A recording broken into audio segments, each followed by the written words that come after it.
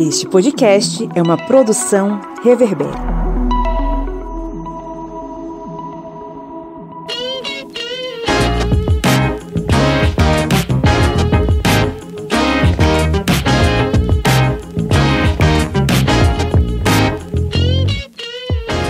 Olá, ouvintes! Está entrando no ar mais um episódio do seu podcast sobre as ciências humanas, a trincheira final contra o império da ignorância. Esse podcast de história pública que é o Historiante. Eu sou o Pablo Magalhães, o seu host nada predileto, e estou aqui acompanhado das pessoas que sempre abrilhantam a noite aqui do Historiante, né? Diretamente de São Paulo, nossa correspondente internacional, senhora Catiane Bispo.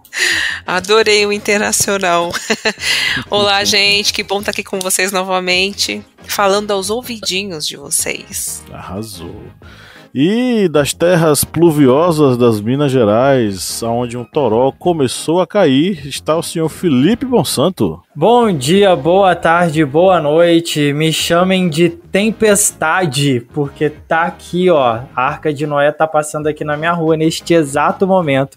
Se eu cair é porque eu entrei na arca, tá bom, gente? Tempestade é a sua X-Men preferida, Felipe? É a minha preferida, é o meu nome de drag também. E diretamente da beira do Rio São Francisco, onde ele montou um soviete para resistir às garras do capitalismo, está o camarada Cléber Roberto. E aí, pessoal, beleza? Resistindo a tudo, ao calor. Quem diria, né, que esse negócio de cortar árvore polui tudo e aquecer o mundo do jeito que tá, porque tá demais. O Kleber é um ecocomunista, é um ecossocialista, né, melhor dizendo. Mas faz frio na Antártida, não tem aquecimento global, não. Mesmo, faz frio no congelador da minha geladeira também, eu acho que esse calor é ficção da minha cabeça. É a China que tá inventando isso. Os comunistas. Malditos comunistas asiáticos. Bom, estamos aqui hoje reunidos para falar sobre o que, dona Catiane? Sobre aborto. Não, tema polêmico. Aliás, não é polêmico, né? Polemizaram o tema, porque é um assunto muito simples de ser debatido, mas, enfim. É socialmente polêmico, né? Porque é uma sociedade em que homens decidem, fazem leis, enfim, estão nos postos de comando, então é um assunto que fala sobre o corpo feminino sempre vai ser cheio de polêmica, né? Resguardado sob opinião masculina, né? Então, assunto de saúde pública sendo pauta de polêmicas, porque é homens que decidem, né, sobre os nossos corpos. Então, estamos aqui novamente falando de aborto. Estou falando novamente porque esse é um tema que há 70 anos entra em debate, aí avança, e depois a gente regride de novo, e sempre quando você fica menos vigilante, volta até ao holofote justamente para tirar tudo que você lutou para garantir, né? Nós lutamos para garantir, nós mulheres lutamos para garantir como ser humano que somos, né? Mas, enfim, os nossos corpos continuam sendo vigiados e sendo motivo de dominação, né, mesmo. Eu acho que o nome correto é isso, dominação. Perfeito. Pois é, Catiane já desceu a letra aí. Vamos falar sobre esse assunto extremamente delicado. Mas antes vamos para os nossos recadinhos, né? Você que nos ouve, você que nos gosta, você que aprecia as nossas vozes a cada semana aqui no podcast, saiba que você pode ajudar este programete a atingir mais ouvidinhos, né, Cléber Roberto? Isso mesmo, pessoal. Vocês podem auxiliar aqui o podcast Historiante de uma forma bem simples, bem prática. Vocês podem dar 5 estrelas no nosso podcast, ou a nota mais alta, dependendo do seu aplicativo em que você esteja ouvindo. No Spotify, por exemplo, é 5 estrelas. Ao fazer isso, você está impulsionando o podcast lá no chat e fazendo com que o podcast Historiante fique entre os mais ouvidos. Isso ajuda muito a difusão da palavra de sabedoria da gente aqui que está toda semana aqui colocando as nossas vozes nesse podcast.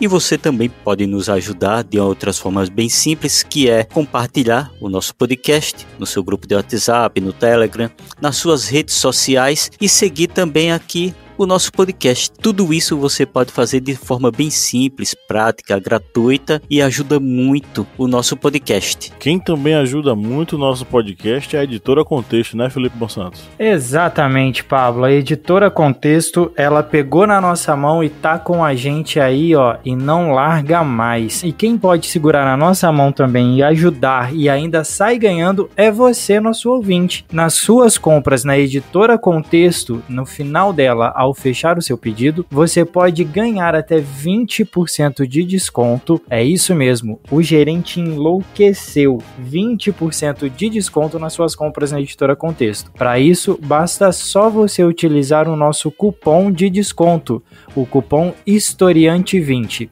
Finalizando a sua compra, antes de você passar a sua forma de pagamento, você digita lá, Historiante20, e você garante até 20% de desconto nas suas compras na Editora Contexto. Perfeito.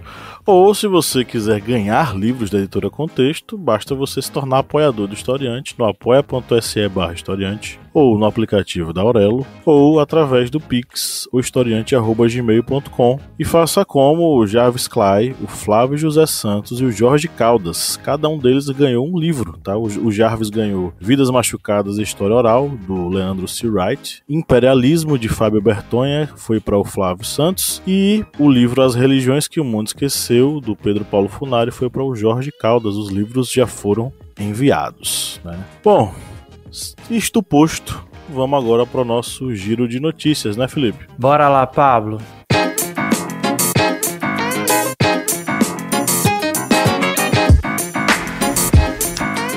Portal Terra, legalização do aborto é pauta das mulheres negras. O Supremo Tribunal Federal começou a decidir sobre a descriminalização do aborto até 12 semanas de gestação no Brasil. A ADPF 442, proposta pelo PSOL em 2017, está na pauta e teve voto favorável da relatora, a ministra Rosa Weber. Há muita expectativa do movimento feminista em torno do tema, mas a pergunta que sempre me fazem é: a descriminalização do aborto no Brasil é uma pauta das mulheres negras? E a resposta é que sim, a legalização do aborto é uma pauta importantíssima para as mulheres negras brasileiras. Poder 360. Deputados contrários ao aborto pedem votação do Estatuto do Nascituro. O movimento de apoio à proposta é liderado pelas bancadas evangélica e católica. Integrantes desses grupos e a Frente Parlamentar Mista em Defesa da Família e da Vida se reuniram no Salão Verde da Câmara para defender o projeto.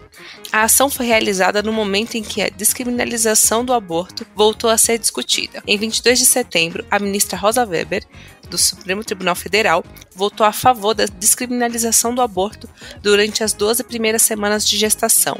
Ainda não há data para o julgamento. CNN Brasil. Probabilidade de mulheres negras fazerem aborto é 46% maior do que para as mulheres brancas, diz Fiocruz. O número significa que, para cada 10 mulheres brancas que fizerem aborto, haverá aproximadamente 15 mulheres negras.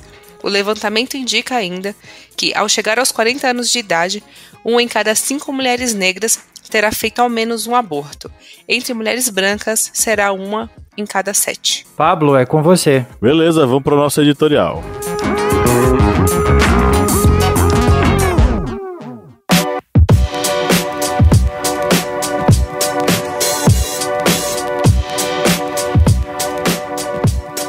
O aborto é um tema que envolve questões éticas, morais, religiosas, políticas e, acima de tudo, tem profundos desdobramentos sociais e de saúde pública. É importante destacar que muitas das opiniões emitidas sobre o aborto são profundamente pessoais. Algumas pessoas consideram o aborto como um direito fundamental da mulher sobre seu próprio corpo, enquanto outras o veem como uma violação do direito à vida do feto. Essas diferenças de opinião tornam o debate sobre o aborto particularmente delicado, somente solucionado por meio de um olhar mais amplo e de uma pesquisa social bem realizada. Em diversos países, o aborto é legal em determinadas circunstâncias, como uma ameaça à vida da mãe, gravidez resultante de estupro ou incesto, ou quando o feto tem anomalias graves. Contudo, Há nações onde o aborto é proibido em todas as circunstâncias, e qualquer pessoa envolvida em um aborto ilegal pode enfrentar penalidades severas. E é justamente na forma como os governos tratam o aborto que são desencadeados os problemas sociais e de saúde pública. Em países onde o aborto é estritamente proibido, as mulheres muitas vezes recorrem a métodos inseguros e clandestinos para interromper a gravidez. Isso coloca em risco a saúde e a vida das mulheres, uma vez que os abortos inseguros são uma das principais causas da mortalidade materna em muitas regiões do mundo. Além disso,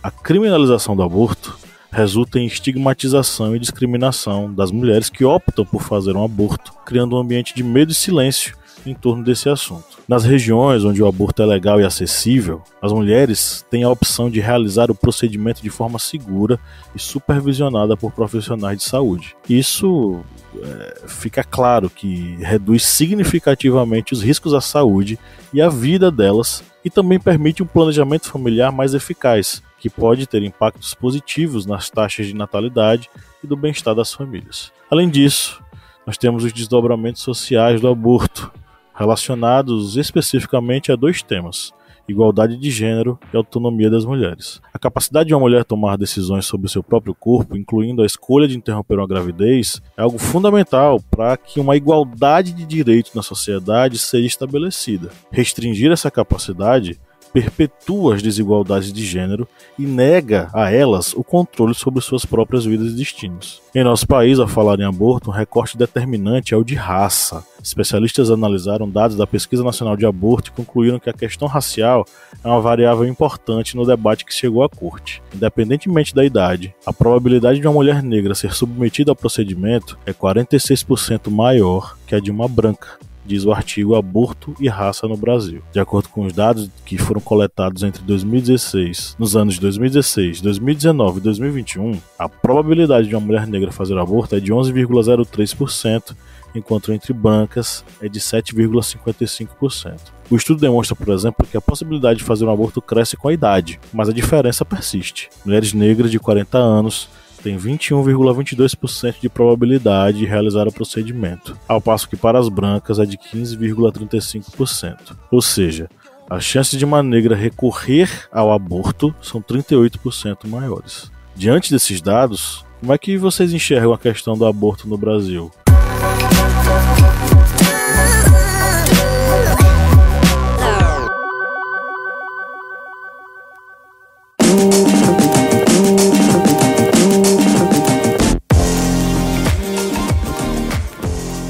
Olá, historiantes! Meu nome é Hannah Góes, eu sou advogada, especialista em Direito Médico e da Saúde e fui convidada pelo historiante para tratar com vocês sobre a descriminalização do aborto, um assunto bastante controverso e que ganhou um foco ainda maior com o julgamento recente da ADPF número 442. A ministra e relatora da ação, Rosa Weber, decidiu pautar o tema diante da proximidade da sua aposentadoria compulsória e votou a favor da descriminalização.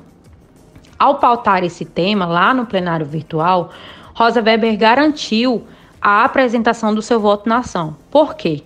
Porque esse voto será contabilizado e, ainda que o julgamento não tenha sido finalizado lá na frente, o voto dela será mantido. A descriminalização do aborto é um tema que divide muito a opinião pública e dividiu também o plenário do STF. Até o momento, nós não temos uma tendência pública de maioria entre os ministros para manter a regra atual ou se ela será alterada. Passando aos dados, nós temos dados da Pesquisa Nacional do Aborto, a PNA de 2021, que mostra que 1 em cada 7 mulheres com idade próxima de 40 anos já realizou pelo menos um aborto, sendo que 43% delas tiveram que ser hospitalizadas para finalizar esse procedimento. Na prática, a discussão pautada no STF é a seguinte: as mulheres que decidem abortar até a 12ª semana de gestação e as pessoas que realizam o procedimento devem ou não devem ser processadas e punidas? O crime de aborto está descrito no Código Penal brasileiro, no seu artigo 120, nos artigos 124 e 128. A regra geral prevê que a mãe e os demais envolvidos no procedimento de aborto podem ser processados. E para isso nós temos 3 tipos penais. O primeiro, provocar aborto em si mesma ou consentir que alguém provoque. Provocar um aborto em uma gestante sem o consentimento dela ou provocar o aborto em uma gestante com o consentimento dela. Essas penas, elas podem ser aumentadas em 1/3 se esse procedimento de aborto gerar uma lesão corporal grave ou morte da grávida. Mas nós temos também na nossa legislação 3 exceções a essa regra, em que o aborto é permitido até a 12ª semana de gestação, que são os casos de gravidez decorrente de estupro, o feto anencéfalo, ou seja, quando não tem condições, o feto não tem condições de desenvolver um cérebro e de sobreviver fora do útero, ou se há risco de vida para a gestante. E se o STF descriminalizar o aborto estaria disponível no Sistema Único de Saúde? Bom, se isso acontecer, o STF definirá que as mulheres e os médicos que estão envolvidos nesse procedimento, eles não poderão ser processados e punidos pelo crime de aborto. Mas isso não significa que o procedimento passaria a ser oferecido no Sistema Único de Saúde para essas gestantes ou incluído na legislação, por exemplo. Medidas desse tipo dependem de uma aprovação do tema no Congresso e de resoluções do Poder Executivo. Ao final do julgamento, os ministros do STF eles podem emitir o que chamamos de orientações ou recomendações. E é o Poder Executivo que fica com a responsabilidade de incorporar a decisão. E nós temos um exemplo muito prático disso, como o que ocorreu com temas como a união civil entre pessoas do mesmo sexo. Ao falarmos de descriminalização do aborto, 2 pontos bastante importantes surgem. O primeiro, sobre saúde pública, e o segundo, sobre a ineficácia da proibição. Na seara da saúde pública, os direitos sexuais e reprodutivos das mulheres, eles se baseiam em um conceito que chamamos um conceito amplo de saúde, no qual estão incluídos o controle e a redução de mortalidade materna e de suas causas. O Comitê de Direitos Humanos da Organização das Nações Unidas autoriza os países a adotar medidas que regulam a interrupção voluntária da gravidez, mas não permite que tais medidas violem os direitos das mulheres. As restrições não podem, por exemplo, colocar em risco a vida da mulher, sujeitá-la a dor ou a sofrimento ou interferir na sua vida privada. Ou seja, o Estado precisa proporcionar um acesso seguro, legal e eficaz ao aborto sempre que esteja em risco a vida e a saúde da mulher, para que as gestantes justamente não tenham que fazer esses abortos inseguros ou clandestinos. Quanto à ineficácia da proibição, e com base no nosso sistema judiciário atual e na quantidade de ações penais envolvendo o tema aborto, podemos constatar que é uma prática que está enraizada na nossa sociedade, devido ao volume muito grande de ações que tratam sobre o aborto. A descriminalização, ela não atende a uma função preventiva da pena. Na verdade, a ação pelo aborto, ela não tem uma eficácia na prática social, porque a criminalização vulnera os princípios fundamentais do direito penal e os direitos das mulheres, enquanto não protege o feto. Ao falar de descriminalização, surgem questões de ordem ética e moral, que são muito importantes para o que chamamos de formação e consciência da comunidade social. Porém, essas questões de ordem ética e moral, elas pertencem ao que chamamos de esfera da moral privada, ou seja, cada pessoa tem a sua esfera privada, moral, ética, de como vai se comportar e agir em sociedade a partir de suas próprias convicções. Contudo, o espaço da moral privada ela não pode ser confundida com a esfera da responsabilidade pública, justamente e principalmente com o espaço de atuação do Estado de Direito, no que chamamos de restrição dos direitos individuais da pessoa. Na verdade, a responsabilidade pública exige uma abdicação de ética privada em detrimento da moralidade comum. No nosso sistema jurídico atual, nós temos uma proteção muito grande em relação à gestação. Essa proteção infraconstitucional gradual na gestação é justamente o reconhecimento de que tanto o embrião ou o feto tem um valor intrínseco de pertencimento à espécie humana. Porém, essa proteção ela não pode ser desproporcional. Devem haver limites ao respeito à dignidade da pessoa humana, à cidadania e principalmente aos direitos fundamentais das mulheres. Lá no artigo 1º da Declaração Universal de Direitos Humanos, nós temos que todos os seres humanos nascem livres e iguais em dignidade e direitos, e são dotados de razão e consciência e devem agir em relação uns aos outros com espírito de fraternidade. Esse dispositivo do artigo 1º, lá da Declaração Universal de Direitos Humanos, vai muito além de igualar todos os seres humanos como livres e detentores de direitos e dignidades. Na verdade, ele assente que cada ser humano é dotado de razão e de consciência, e que essa razão e consciência ela deve ser respeitada. A proibição do aborto por esse prisma é desrespeito à consciência da mulher, bem como da sua liberdade. Uma gestação, ela não gera apenas uma vida, ela transforma outra vida.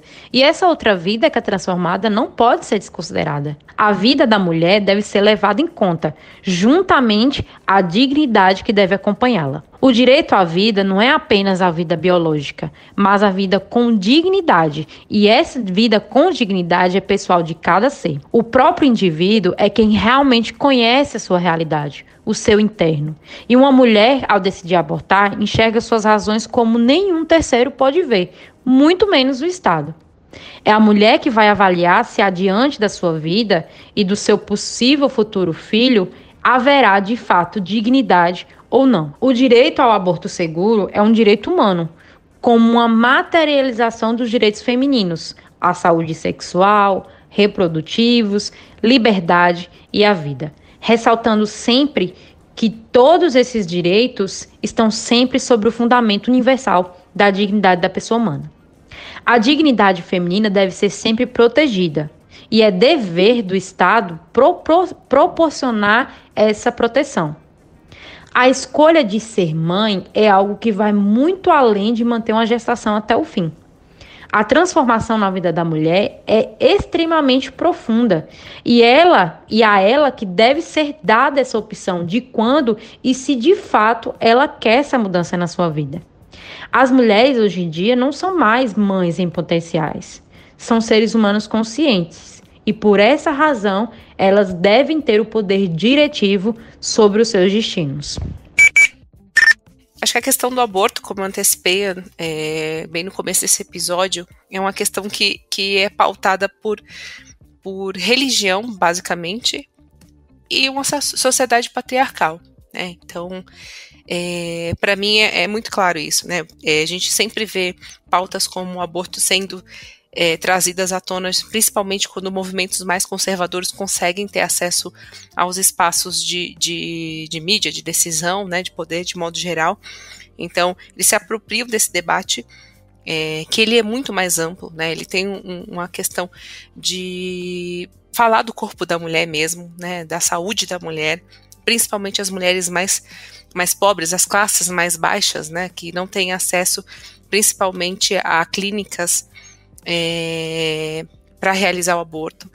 Acho interessante que se fale que foi pautado inclusive aqui no editorial, que não é porque o aborto ele não é legalizado que ele não é realizado, é diferente, né? Porque tem uma conversa, né, de um grupo de mulheres que eu participei uma vez que falava, né, sobre a questão do aborto, que era: todo mundo conhece alguém que já realizou um aborto, mas às vezes você nem sabe quem é essa pessoa, porque a questão do aborto ele não fala só da vergonha da mulher, mas sim da questão moral atribuída a isso, né? Porque o julgamento moral que as mulheres elas têm, principalmente de cunho religioso, né, daquela questão mais tradicional mesmo, né, religiosa, que é atribuída a isso, né, que é trazido sempre a debate, faz com que as mulheres não falem a respeito disso. Mas às vezes você tem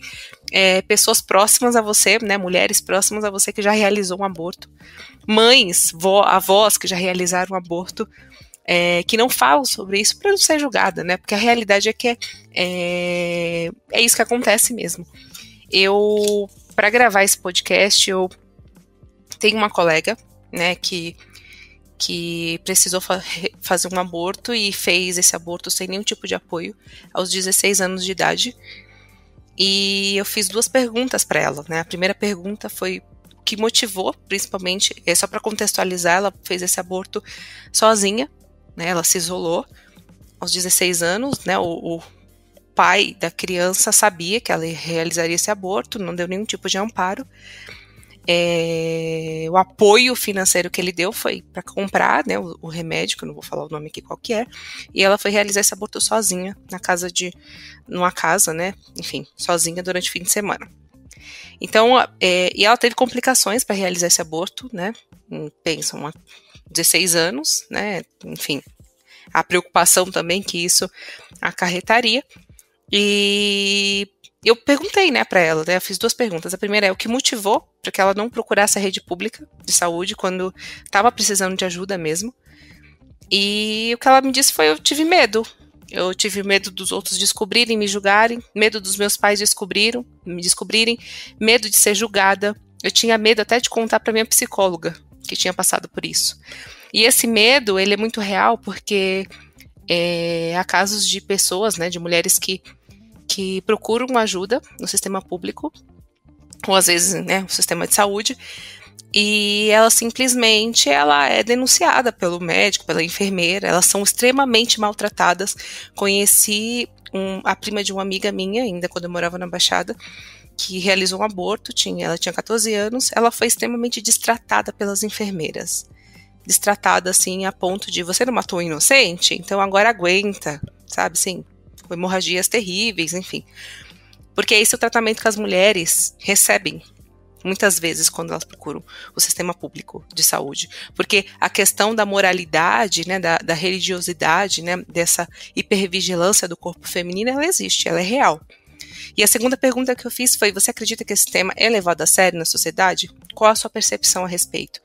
E ela me respondeu o seguinte: as pessoas, esse tema é levado a sério, sim, mas da maneira errada. Porque as pessoas, elas costumam perseguir médicos que fazem isso, porque elas são totalmente contras. Então não dá para dizer que não é levado a sério. Mas é levado a sério de uma forma muito unilateral. Eles resumem o olhar apenas ao feto que está na barriga da mulher. Não olham o entorno, a situação, todas as vias envolvidas. Com isso, ficamos com a visão religiosa, enraizada e preconceituosa do assunto, que é o que faz todos terem vergonha de vir a público e assumir, inclusive discutir sobre isso. Então, né, eu estou falando aqui de uma pessoa que passou pela situação, e dizer que essa hipervigilância, esse controle, não só estatal, como social do corpo da mulher, isso só acontece porque nós somos mulheres, é uma violência de gênero mesmo, né? Esse tema ele é pautado por homens, principalmente de bancadas conservadoras e religiosas, e que tratam nós, mulheres, nosso corpo, como uma extensão, né, deles, não de um ser humano que pode decidir por si só. Então eu, sei lá, vou começar com essa argumentação aqui, mas tem vários outros dados para falar no decorrer do episódio. Eu acho que esse começo ele fala muito sobre um recorte, né? É o reflexo do recorte que o Pablo ele até citou isso no editorial. Os abortos eles acontecem, né? Assim, existe a possibilidade de você sair do país, de você, né, de fazer. A gente teve há um tempo atrás que tinham várias entrevistas, várias matérias nos jornais mostrando navios que vinham para o Brasil, que atracavam na costa brasileira iam para alto mar para realizar aborto de maneira ilegal, tudo, enfim, né?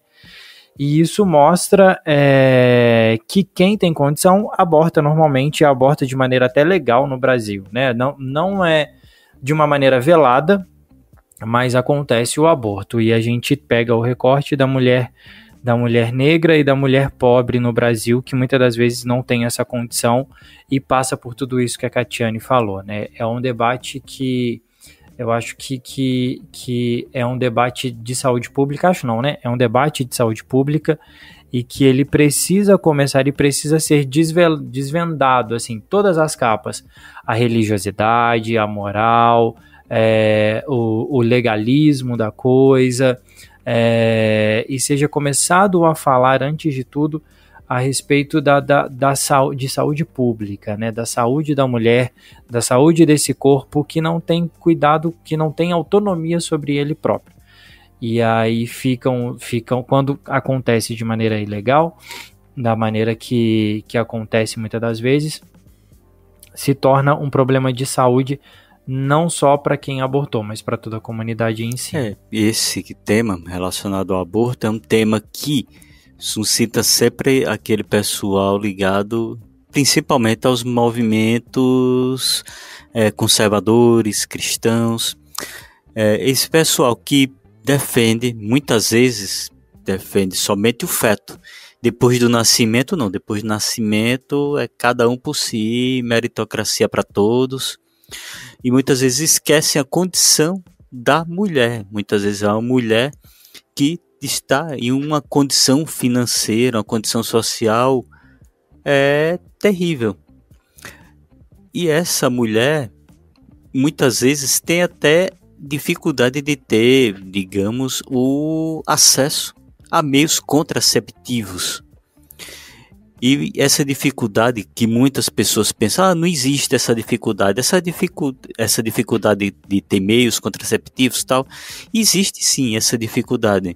A partir do momento em que uma mesma vertente religiosa diz que a pessoa não pode utilizar, o homem, por exemplo, não pode usar preservativo. E aí faz como com a mulher que, por exemplo, não pode tomar anticoncepcional. Porque ocorre vários casos de mulheres que não podem tomar o anticoncepcional porque tem várias reações adversas. E aí essa mulher faz como? Como é que essa mulher ela vai, digamos, ter a sua vida perante essa vertente religiosa? E isso lembra muito o que Catiane acabou de dizer, que infelizmente o tema aborto é pautado por, em sua maioria, homens brancos, ricos, que estão ali no poder. E não se ouve a voz das mulheres. E isso é algo que prejudica muito até mesmo a questão desse debate com relação ao próprio aborto, a própria abordagem com relação a esse tema. Vi aqui até mesmo uma questão no site da Marie Claire, que é uma reportagem atual do dia 3 de outubro, agora em 2023, que o título da reportagem diz: no Twitter, 58,9% dos brasileiros são contra descriminalização do aborto no Brasil. E aí vem na sequência, homens abordam mais o tema. Ou seja, até nesse quesito, a voz da mulher, ela acaba muitas vezes sendo prejudicada, até mesmo dentro das redes sociais. Porque sempre o alcance maior vai ser muitas vezes dos influencers, de homens, e até isso faz com que a voz da mulher ela acabe sendo oculta dentro desse debate.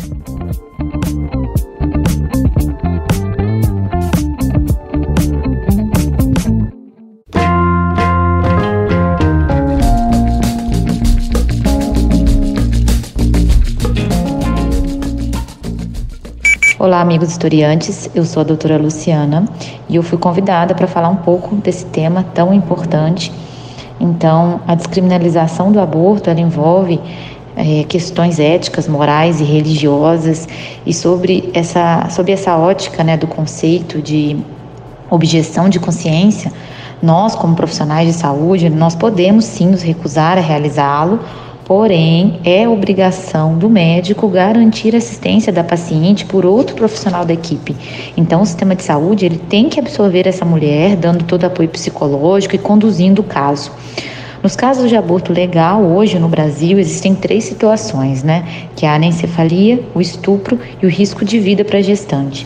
Mas, infelizmente, a gente sabe que o aborto no Brasil ele é um problema de saúde pública que envolve muitas questões sociais. E muitas vezes a dificuldade de acesso ao aborto legal por parte dessas mulheres podem levar, né, elas a interrupção da gestação na clandestinidade e levando a um risco maior à sua saúde, como hemorragias e até morte. O fato é que a descriminalização do aborto não vai reduzir, né, não reduz o número de abortos realizados em ambientes insalubres e sem assistência adequada. A gente sabe que o aborto inseguro no Brasil, ele é uma importante causa de morte materna e em especial entre as mulheres de baixa renda. E aqui eu não estou dando a minha opinião como pessoa, e sim como médica, profissional da saúde, né, levando em consideração que isso é um fato e que é uma triste realidade do Brasil. Uma situação bem debatida também é em relação às malformações incompatíveis com a vida, né, sem ser a anencefalia. Essas pacientes muitas das vezes até conseguem uma liberação por ordem judicial para interrupção da gestação, porém muitas das vezes essa liberação ela só ocorre quando a gestação já está mais evoluída, o que gera um impacto enorme, né, psicológico na vida dessa mulher e das suas famílias. E nós, como profissionais de saúde, nós devemos acolher essas mulheres, dando apoio psicológico, garantindo a sua integridade física, através de uma boa relação médico-paciente. E eu entendo que o problema vai muito além da descriminalização do aborto. É de extrema importância o papel do Estado na implementação de medidas de educação sexual, de reforço ao planejamento familiar, a fim de evitar que essas mulheres procurem o aborto como saída para uma gestação indesejada. Agora, pensando na descriminalização, né, na legalização do aborto, que se torne uma realidade no nosso país, é também de extrema importância também o papel do Estado na implementação de políticas públicas que garantam o acesso dessas mulheres ao serviço de saúde, bem como a estruturação desses hospitais em termos físicos mesmo, né, de estrutura física, quanto a capacitação de equipes para atender essas mulheres.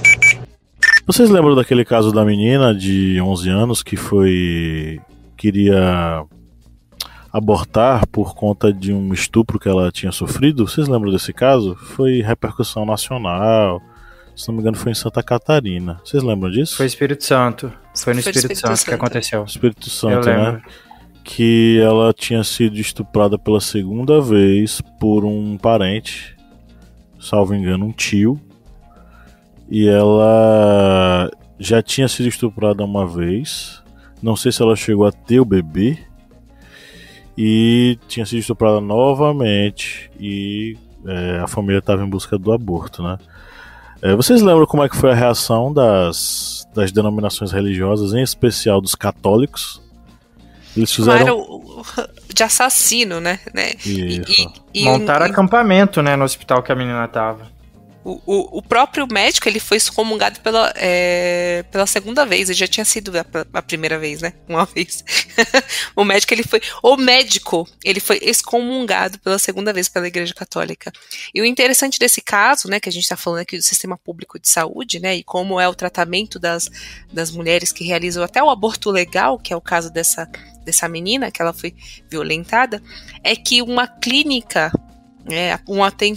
ela já teve um atendimento negado numa cidade capixaba, né, que é onde ela vivia, né, que não vive mais porque ela precisou depois trocar de cidade. O nome dela foi vazado pelos próprios ativistas, entre várias aspas, né, porque é a vítima que é recriminada nesses casos, né. O estuprador, né, que é o tio que a violenta desde os 6 anos de idade, o nome dele tá super bem resguardado pelos ativistas. Agora, a menina que foi violentada e precisou passar por um procedimento do aborto legal, né, que ela tinha o aval jurídico, né, da justiça para poder realizar, e foi negado a ela esse direito, e está super bem para os ativistas, né, para os pró-vida, né, para os pró-feto que a gente fala, né, porque pró-vida não é, porque assim que nasce, o ativismo deles vão até a esquina, né, tchau, né, só o feto nascer, né, a criança nasceu, já era, acabou, mas a vida mesmo dessa criança, como vai ser,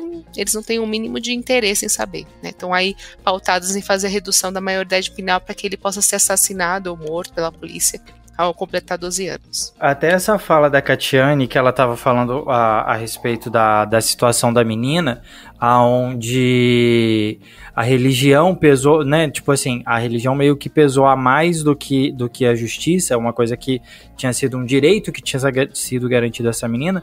Lembrou muito algumas distopias, né, da televisão, como The Handmaid's Tale, onde a mulher, o corpo dela é usado pelo governo para procriar. Isso lembra muito, isso remete muito a isso. Isso, eu mencionei isso porque, assim, se vocês fizerem uma rápida pesquisa no Google, menina, aborto, estupro, vocês vão ver não apenas o caso da menina do Espírito Santo, vocês vão ver milhares e milhares de resultados de várias meninas no Brasil todo na mesma situação. Estou aqui com uma matéria publicada no site da Fiocruz que diz o seguinte: pais da menina grávida pela segunda vez após estupro aceitam aborto. Os pais da menina de 11 anos que foi estuprada e engravidou pela segunda vez em Teresina, no Piauí, entraram em um acordo e concordaram com o aborto. Ao G1, o pai da menina disse que a família está aguardando laudo médico e novos exames para fazer a interrupção da gravidez. Agora uma junta médica vai avaliar a possibilidade de aborto. Assim, não são casos isolados. É uma questão que é um problema extremamente terrível que existe em nosso país, que é a realidade de meninas que são estupradas dentro de suas próprias casas, engravidam dentro de suas próprias casas, de parentes ou amigos da família. E aí você nega essa criança, que é uma criança, essa aqui tem 11 anos que na matéria está falando, nega a ela o direito de interromper a gravidez. Não é, e também não é uma questão puramente de não interromper por interromper, ou porque, enfim, ela só tem 11 anos, ela é uma criança. O risco de morte é altíssimo. E aí eu lembro também que não só a questão do aborto, da interrupção da gravidez. As mulheres, elas, para essa sociedade, né, essa mentalidade, essa ideologia cristã, machista, retrógrada, a mulher, ela tem a obrigação, o imperativo de ser mãe, ela queira ou não queira. Vocês lembram do caso da Bianca Castanho? A Bianca Castanho, atriz global, que durante as gravações de uma série, ela descobriu que ela estava grávida. E ela não abortou. Ela teve o bebê, mas ela optou por entregá-lo para a adoção. Vocês lembram desse caso? Não conheço. Não sabia. Esse caso eu não sei. Sabia. Sim, esse caso teve até uma grande repercussão. Isso mesmo. Bianca Castanho, ela foi até, só interrompendo o Pablo, acho que vocês vão lembrar que foi um caso que deu grande repercussão porque foi divulgado por aquela influencer que era atriz. Como é que é o nome dela? Clara Castanho. Clara Castanho. Isso mesmo. Vocês chegaram a acompanhar essa história? Sim, acompanhei. Pois é uma que foi no Altas Horas, que falou deu uma entrevista a respeito disso. Sim, ela foi estuprada, né? Ela ficou grávida após ter sido estuprada. E aí ela optou por não interromper a gestação e entregou o bebê para adoção depois do parto. Ganhou bastante repercussão esse caso. E como foi que a sociedade enxergou a Clara? Não, você não tenha dúvidas de que a mulher, ela é socializada para o cuidado e o homem para o abandono. Quer dizer, ela foi estuprada, ela ficou 9 meses com a criança no ventre. Ela optou por não interromper a gravidez, não sei se por questões religiosas, não sei. Enfim, ela fez a escolha dela, né, de seguir com a gravidez. E a partir do momento que ela entregou o filho, né, para adoção, ela foi julgada, obviamente, né. Porque a mulher, ela não tem o direito de não querer não ser mãe, né. Inclusive, isso é pauta de muitas conversas, né, entre pelo menos as mulheres, né, da minha idade. Você optar por não ser mãe é quase você dar um tapa na cara de alguém, assim, a ofensa é igual, né? Porque a gente é socializada, que eu digo, nós mulheres somos socializadas para o cuidado, né? Não existe. A primeira coisa que você fala quando você não quer ser mãe dentro dos seus grupos de amigos é: uma hora você vai querer. Até pelas próprias mulheres, porque elas são socializadas a isso, ao cuidado, seja do filho, da casa, da mãe, do pai, né? É porque a gente é socializada para isso, né? Então, você falar que você não quer ter um filho, ou que você vai optar por não, né, por não gerar, por não ter, né, não ter filhos, é a sua opção de não ter. Isso é praticamente uma ofensa moral a muitas mulheres, assim. A maior parte das mulheres. Eu assim, não sei se é a minha bolha, né? Falo aqui, talvez dentro do meu espectro mesmo aqui, né?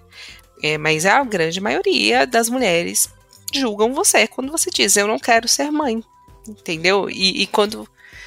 Isso é muito comum, inclusive, né? É muito corriqueiro de acontecer. Isso mesmo.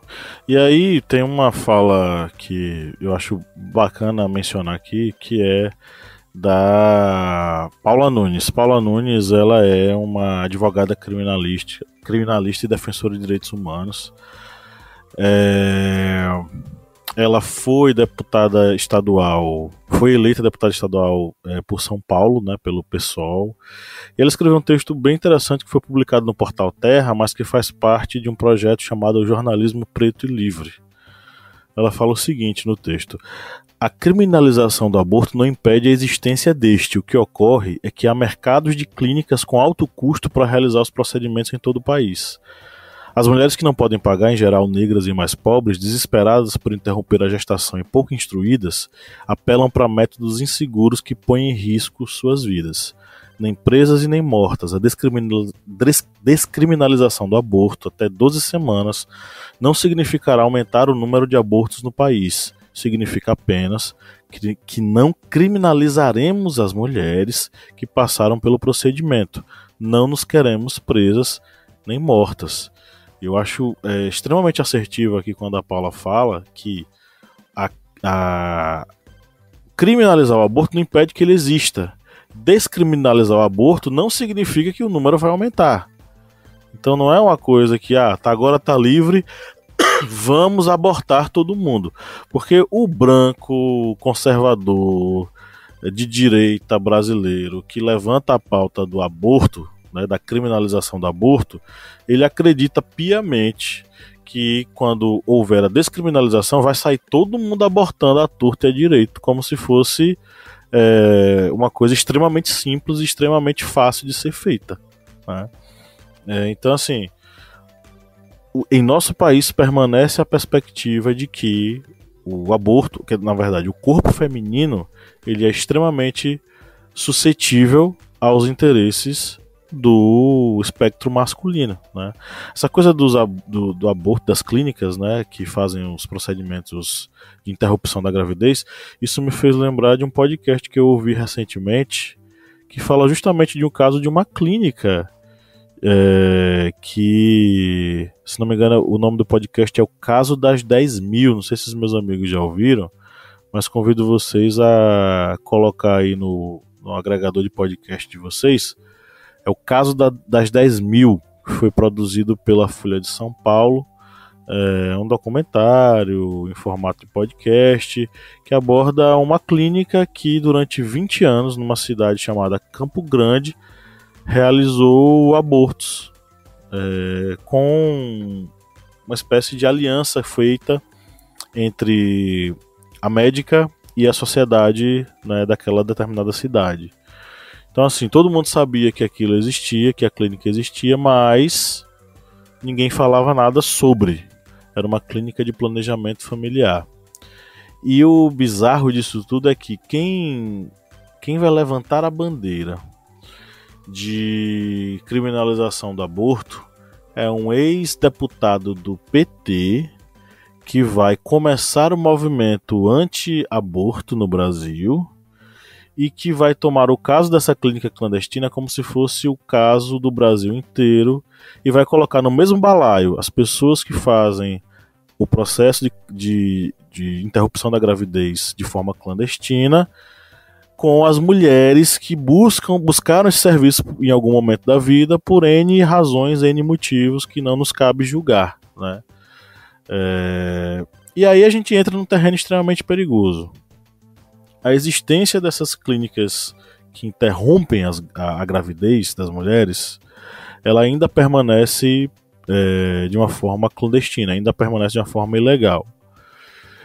Então, assim, como é que a gente vai conseguir, de fato, girar essa chave? Na minha opinião, através de legislação. Mas como é que vocês enxergam um momento em que a gente vai conseguir girar a chave e fazer com que, de fato, o procedimento médico de interrupção da gravidez deixe de ser algo assim tão por baixo dos panos? Eu trazendo aqui como, né, esse caso do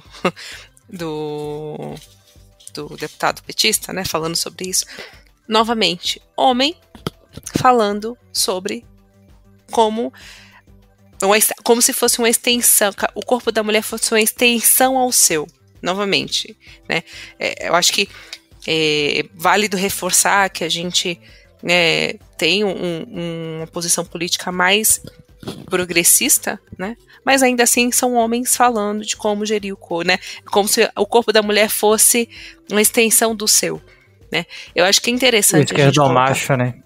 O esquerdomacho, assim, eu sempre falo muito dessa questão de que o feminismo ele precede, né? A questão de classe, de gênero e de raça precede qualquer outro tipo de discussão sociológica, política, porque ele precede, né? Ele antecede qualquer outra discussão.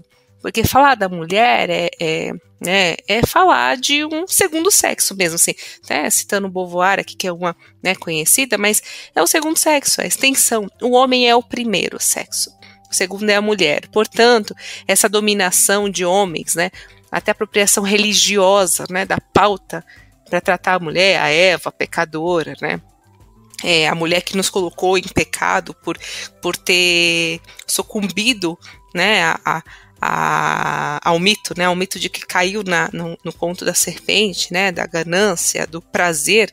Não é à toa que várias mulheres ainda têm seus clitóris arrancados, né, ainda em idade tenra, né, por homens de suas tribos, né, porque a questão sexual é muito trazida à tona. Inclusive, quando mulheres realizam abortos, a primeira coisa que a pessoa fala, né, que até outras mulheres falam para ela na hora de fazer, foi bom, né? Como se ter prazer fosse algo muito negativo para a mulher. A mulher, ela não pode querer ter prazer, né? Então, essa questão de que a mulher, né, ela é penalizada, ela é julgada por decidir sobre o seu próprio corpo dentro de uma sociedade patriarcal, para mim, precede qualquer outro tipo de discussão, porque homens decidindo o que fazer, né, homens falando como tratar um caso de uma clínica de aborto, né, que tem de pessoas classe média alta, que realizam, obviamente, com essas clínicas clandestinas e que faturam muito dinheiro, falando disso, né, criminalizando, usando isso como exemplo, para mim não me surpreende. Assim, queria um dia chegar a um ponto de me surpreender, mas não me surpreende, né? Eu gosto muito da fala do médico Olímpio Barbosa, né, de Moraes Filho, que ele é um dos médicos mais que é tido como referência. Foi ele, inclusive, que fez o aborto legal dessa menina, né, essa menina capixaba, que foi estuprada pelo tio e foi chamado de assassino. E ele tem uma frase, assim, ele disse, né, no depoimento dele na CPI, ele disse que, né, numa plenária, não foi na CPI, foi na plenária, ele disse que ele nunca viu uma articulação política religiosa tão forte como ele tem visto nos últimos anos. E isso é reflexo de um Senado, de um parlamento extremamente conservador. A gente falou agora, né, foi pauta de muitas discussões, principalmente na bolha progressista, dos conselhos tutelares, né? O conselho tutelar, que é aquele que resguarda a infância, né, a criança, o adolescente, sendo palco de pessoas conservadoras, assim, ele vai ser assim, um show de horrores para que casos como esse aconteçam diariamente. Então, assim, é uma ferida social, né, que todas as meninas, mulheres, adolescentes, enfim, que passam durante toda a sua vida, desde a sua infância até a sua vida adulta. E a gente é praticamente uma extensão, a gente nunca pode decidir sobre o nosso próprio corpo, porque o aborto, ele é palco de polêmica e de apropriação dessa pauta como se fosse algo religioso, como se fosse algo moralista, e até ético, dependendo do ponto de vista filosófico, porque é o corpo da mulher. Se o homem gerasse, aborto nunca seria uma pauta de tanta discussão. Olá, amigos historiantes, eu sou a Caroline Prado, sou professora de português como língua estrangeira aqui na Costa Rica.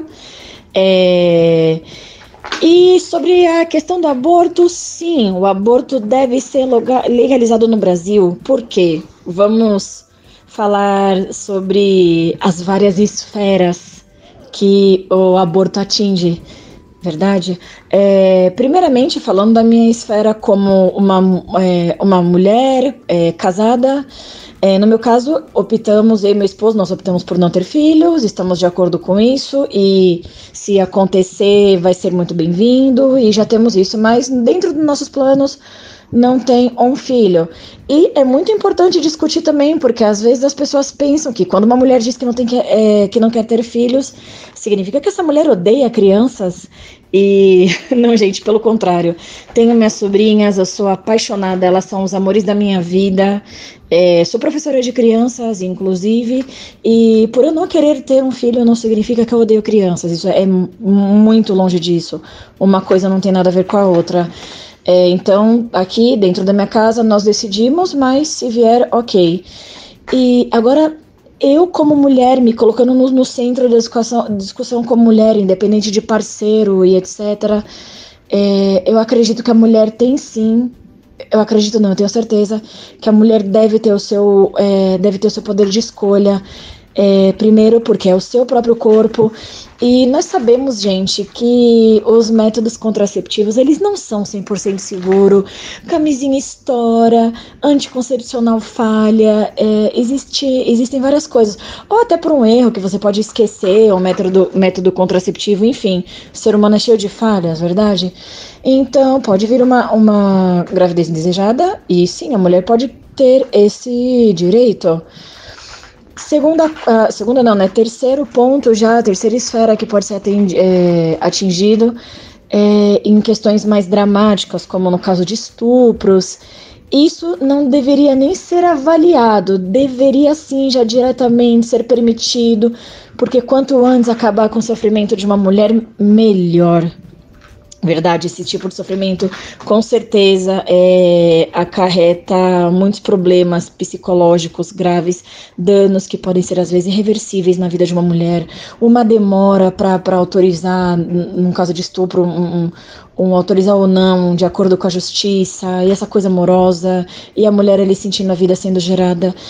Eu nunca passei por isso, mas deve ser uma coisa terrível e eu me compadeço muitíssimo por mulheres que tiveram que passar por isso. Como, por exemplo, no caso, sendo mais dramática ainda, no caso daquela menina com 11, 12 anos que foi estuprada pelo padrasto, não me recordo agora, já estava aqui na Costa Rica, e eu lembro que tinham pessoas que eu via no jornal, pessoas fazendo protesto pró-vida na porta do hospital que ela estava, que essa menina teve que sair escondida para poder realizar o procedimento. Gente, vamos pensar uma coisa, se essas pessoas são tão pró-vidas, em que vida que elas estão pensando? A vida dessa menina de 11 anos que vai ser obrigada porque o outro quer, que o outro não está na vida dela, não vai dar nenhum suporte emocional, nenhum suporte financeiro, não vai dar nada para ela, nenhum suporte psicológico, porque o outro quer que essa menina tenha um filho. Aí todo mundo vai para sua casa, dorme tranquilamente com a cabeça no travesseiro e essa menina vai ser obrigada a olhar para uma criança que é fruto de um ato extremamente violento e perturbador como estupro. Totalmente errado. Isso deve ser autorizado o mais rápido possível nesses casos assim extremos. E, enfim, de uma maneira geral, eu sou extremamente a favor do aborto. Como eu disse, eu não realizaria, mas vamos salientar nessa etapa que eu estou da vida, né? Não sei como seria antes, não sei como será depois, mas nessa etapa que eu estou da vida, eu tenho certeza que eu não realizaria um aborto, mas o assunto não é sobre mim, verdade? O assunto é muito maior do que nós mesmos, é sobre a outra pessoa, a vivência, o que ela tem, o que ela não tem, o que ela quer conseguir, o que ela fez, o que ela deixou de fazer. É uma questão de saúde pública. Então isso deve ser permitido, deve ser legalizado o mais rápido possível. e discutido por mulheres. Temos que pensar que esse assunto não deve ser discutido por homens, fazer reuniões e autorizar. Não, eles devem colocar, se homens estão em determinados cargos de poder, devem colocar mulheres para discutir esse assunto, porque eles estão falando sobre os nossos corpos. Então não é assim que funciona. E falando sobre a Costa Rica, eu vi uma pesquisa do ano de 2019 que a Universidade da Costa Rica fez, a universidade pública aqui, que mais da metade da população, se eu não me engano, mais de 57% exatamente, é a favor do aborto a partir do momento que ele afeta a saúde da mulher. Mas assim, estamos falando de problemas de saúde. A Costa Rica é um país extremamente conservador, então existem determinados assuntos aqui que são bem tabu, inclusive sobre questões LGBTQIAP+, enfim, aqui ainda é bastante complexo discutir esses assuntos. Mas eu vejo aqui, em âmbito nacional mesmo, eu vejo vários movimentos, são pequenos, mas estão ganhando força. Isso me alegra muito, movimentos feministas, movimentos pró-aborto, que apoiam a mulher, pessoas que estão colocando sua cara a tapa numa sociedade bem conservadora para poder falar de um assunto tão delicado, para quem sabe nas gerações futuras esse assunto ser cada vez mais debatido de uma maneira cada vez mais aberta, até o momento que chega a não ser mais tabu, né? Então eu acredito que as coisas funcionam assim. Enquanto, se eu tô aqui agora, né, se nós estamos aqui agora, muitos atrás de mim já fizeram várias coisas pra gente estar fazendo agora, e futuramente vamos estar, a gente dando voz a esse movimento, a gente vai estar ajudando esse assunto a ser discutido de uma forma mais ampla e mais livre no futuro. E é isso, gente. Muito obrigada. E vamos lutar aí por essa causa a favor da saúde das mulheres, a favor da nossa opinião e a favor dos nossos corpos. Essa questão que Catiane falou, realmente, dá para pegar o questionamento de Pablo e até dizer que, infelizmente, com esse aumento desse radicalismo conservador que está ocorrendo no Brasil, podemos ver até mesmo as leis que asseguram, por exemplo, a mulher a poder fazer sua laqueadura sem a necessidade de aprovação do cônjuge, essa lei volta atrás. Temos várias leis voltando atrás, voltando anos no trás, regredindo, porque é uma onda conservadora que é muito perigosa, porque é uma onda conservadora que tenta impor o seu desejo religioso para todos os outros.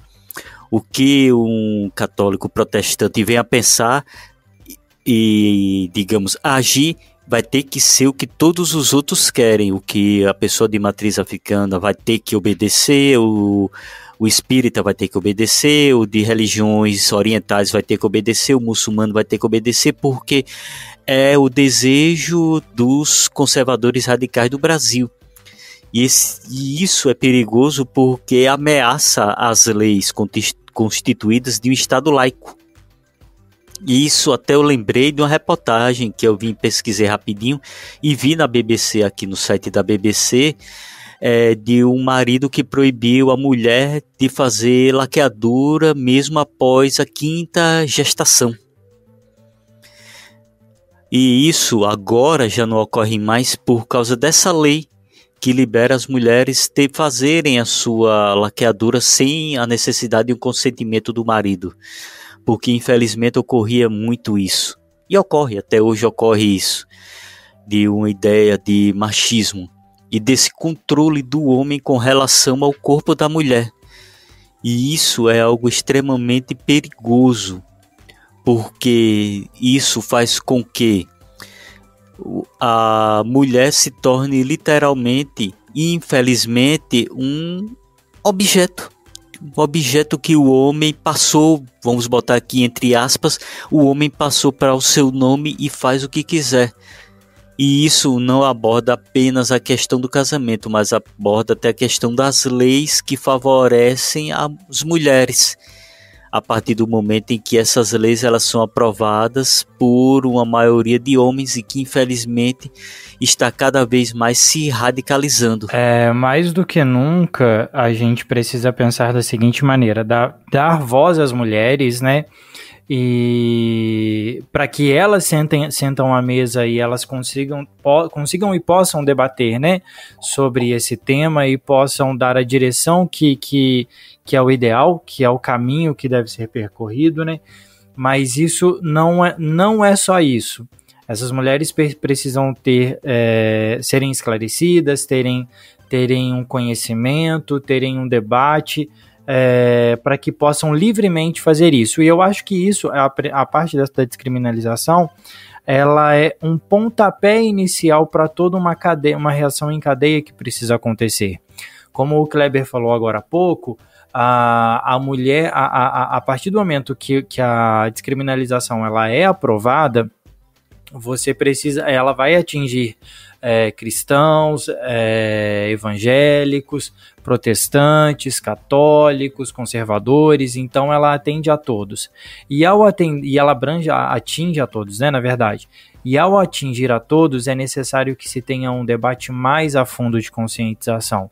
E aí é um momento de voltar a outros espaços, como a discussão nas escolas, a conscientização da população, serviços de saúde pública bem preparados, porque a gente já falou aqui de como as mulheres são tratadas, né, de uma maneira horrível na saúde pública quando acontecem esses casos. Então, assim, vai ser um processo de um caminho muito longo para uma conscientização e o fornecimento de serviço e uma segurança para a mulher que optar, para a mulher que escolher o caminho do aborto, né, em qualquer situação, seja ela qual for.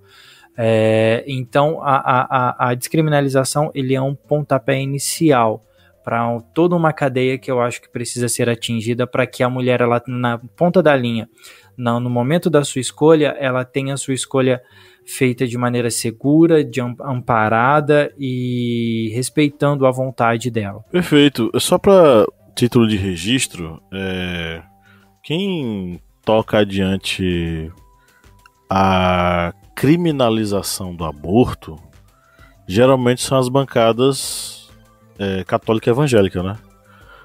O Estatuto do Nasciturno, que é um projeto de lei organizado pela Frente Parlamentar Mista em Defesa da Família e da Vida, composta pelas bancadas evangélica e católica, estão tentando aprovar com certa celeridade esse estatuto.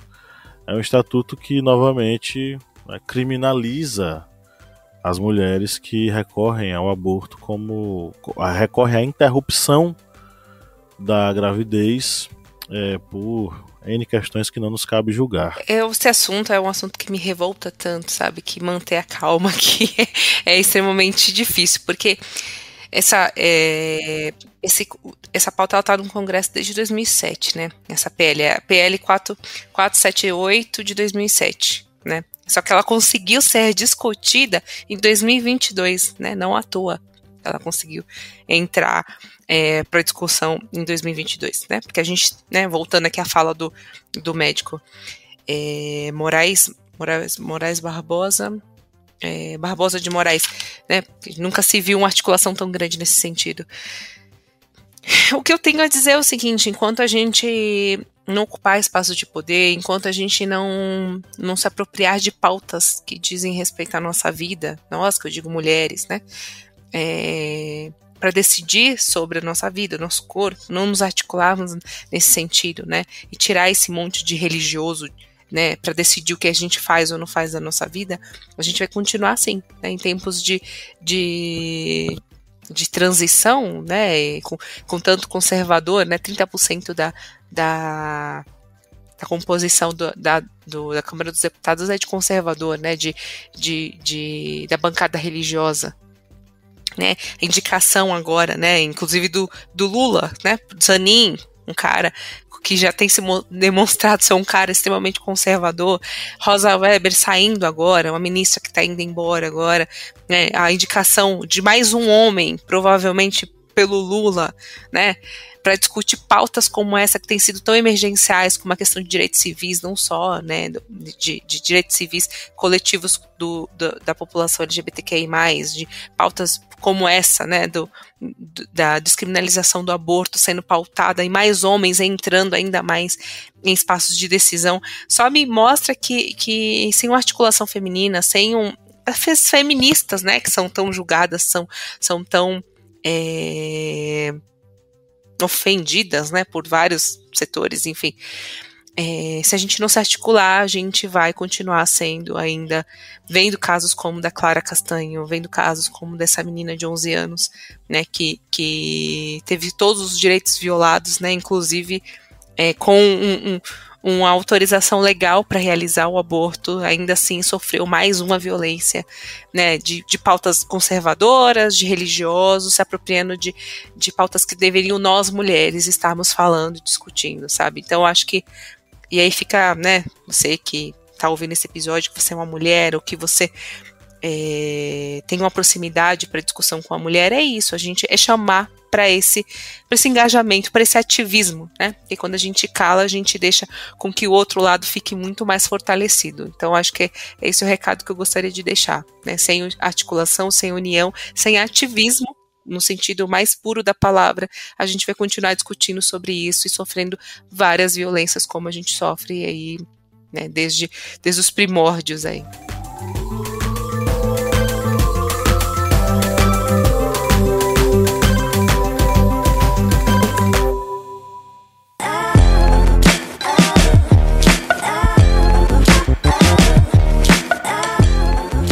Bom, recado dado, vamos para as nossas indicações. Chegamos ao momento da nossa curadoria gostosa de fim de episódio, que é um oferecimento aos nossos queridos e queridas apoiadores e apoiadoras do Historiante, né, Felipe Monsanto? Isso mesmo, Pablo, e bora lá fazer o oferecimento para essa galera aqui que tá sempre com a gente, que não larga a nossa mão. E nessa semana, as nossas indicações vão ser oferecidas para a Andréia Araújo de Souza, para a Ciomara Coutinho e para Maria Milena Farias Martins. Muito obrigado a vocês pelo apoio, por estar com a gente, por apoiar o nosso trabalho aqui e por não largar a nossa mão. As indicações dessa semana vai com um oferecimento exclusivo e com muito carinho para vocês aí. Tá bom? Então um forte abraço e obrigado por estar com a gente. Perfeito. Apoiem no apoia.se/historiante, no aplicativo da Aurelo ou no Pix ou historiante@gmail.com. E aí, meus amigos, o que vocês gostariam de sugerir? Bom, vou deixar aqui como sugestão na verdade é um filme, né? É uma série, 2 filmes, né? Que primeiro é Roe vs. Wade, que é o direito das mulheres nos Estados Unidos, que conta muito a história do caso que originou, né, uma discussão sobre a questão da legalização mesmo do aborto nos Estados Unidos, que sofreu inclusive uma alteração devido à mudança de composição na Suprema Corte norte-americana. E essa série está disponível na Netflix, vale muito a pena ver, né, embora seja um recorte norte-americano, mas de como as pautas e a apropriação da pauta sobre o corpo feminino, sobre o aborto religioso, né, essa questão toda religiosa que envolve o aborto, de como, né, é só o modus operandi que se repete em todos os países, né. E deixo também aqui a outra recomendação, é Feministas, o que elas estavam pensando, que fala muito dessa articulação de mulheres que lutaram pelos direitos, né, enfim, né, para conquistar direitos, inclusive de decisão sobre o seu próprio corpo também. Esse é um filme mais curtinho, mas vale muito a pena.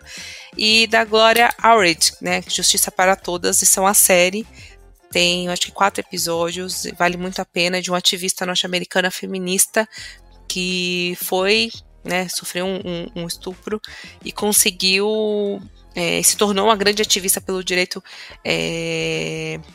reprodutivo e, enfim, de toda a questão feminista, né, reprodutivo da mulher e apropriação do seu próprio corpo, é julgada, enfim, mas ela transformou isso numa pauta para se engajar e tem sido uma grande referência norte-americana nesse assunto. Então deixa aqui a indicação dessas séries e desses filmes. E de música, Salve Todas, da Antônia Medeiros, é uma música assim bem legal, que fala sobre as mulheres, os diferentes tipos de mulheres, escolhas, corpos, enfim.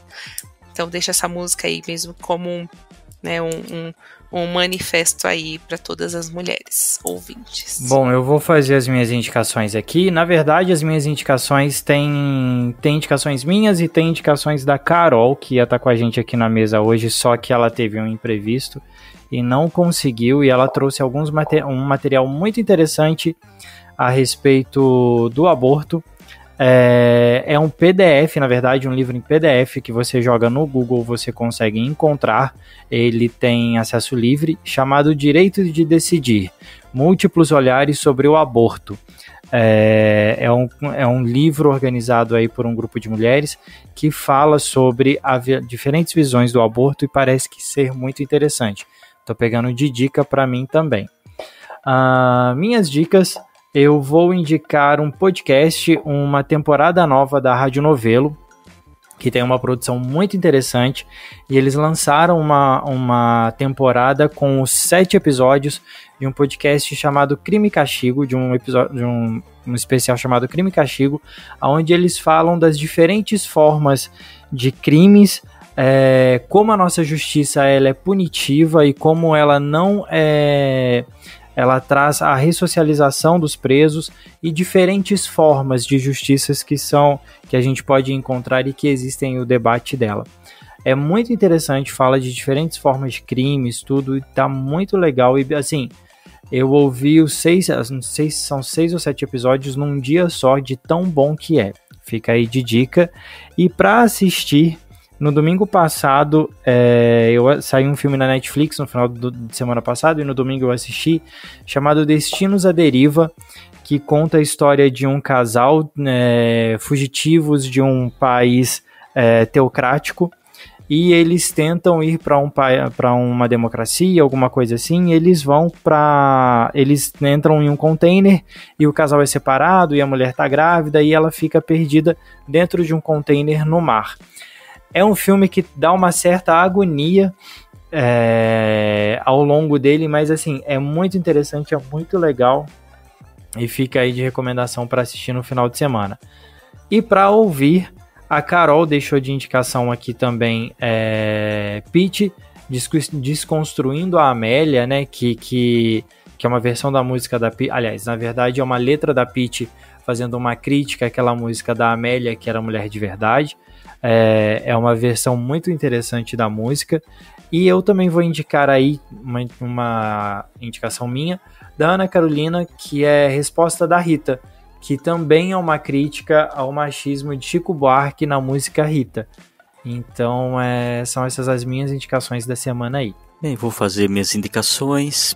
Eu vou indicar hoje apenas um livro, que é um clássico, que é o Microfísica do Poder, de Michel Foucault, que não é bem uma obra assim que ele fez diretamente, mas é um compilado de textos do Foucault, e que vai abordar as várias esferas do poder dentro da nossa sociedade, que vão desde a questão dentro da área médica, da psiquiatria, das prisões, das instituições, ou seja, vai mostrando como a questão do poder ele vai tendo os seus braços e o seu alcance dentro dessas várias esferas da sociedade, e é um texto extremamente importante, um livro extremamente importante para as pessoas entenderem realmente como se dá essa questão da dominação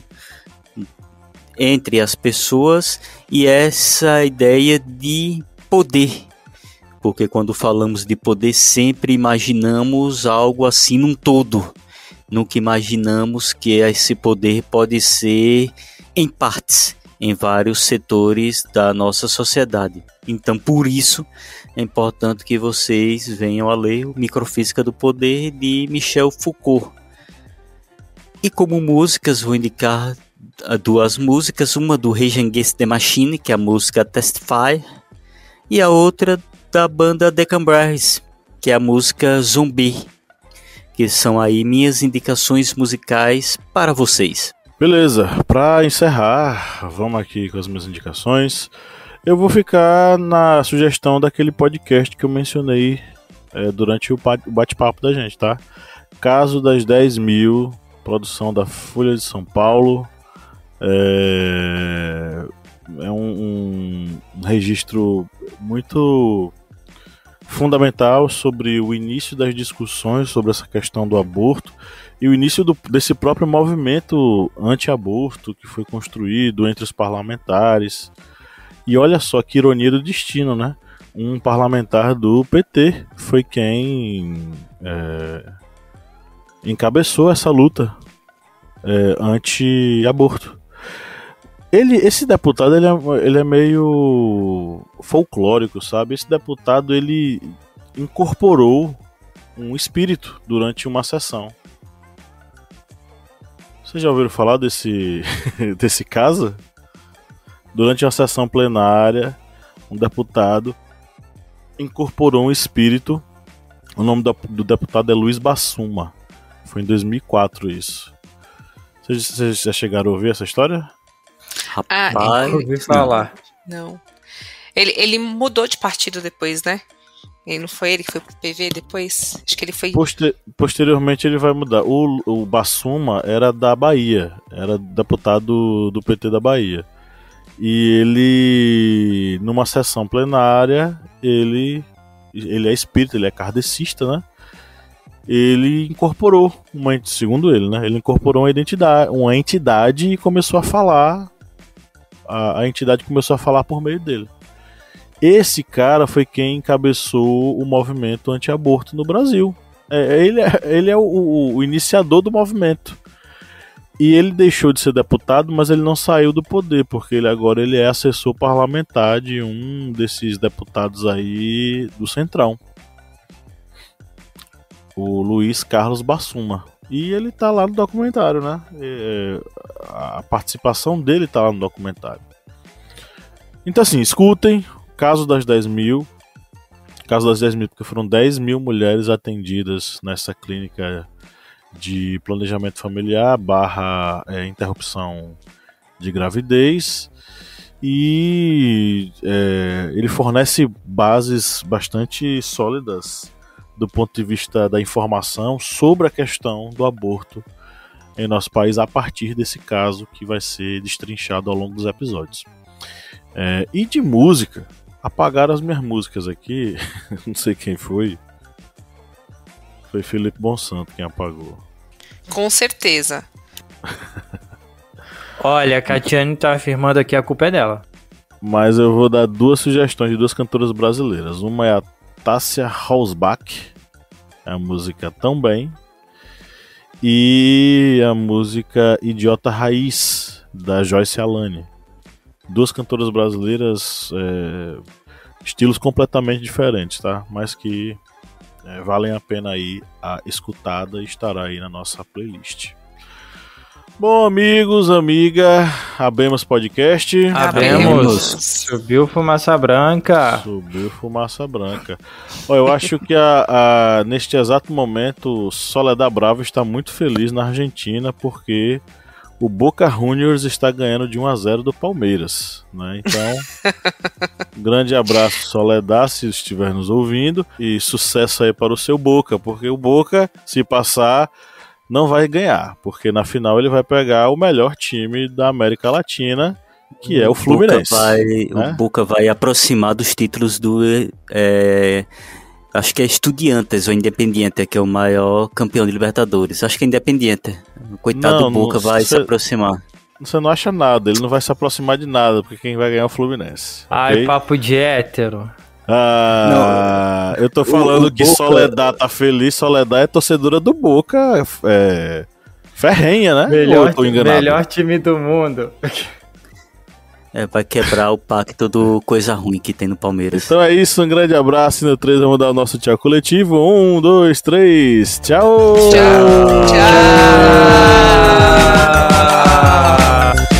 É bom que fique registrado. Né, Felipe? Eu tô chocado.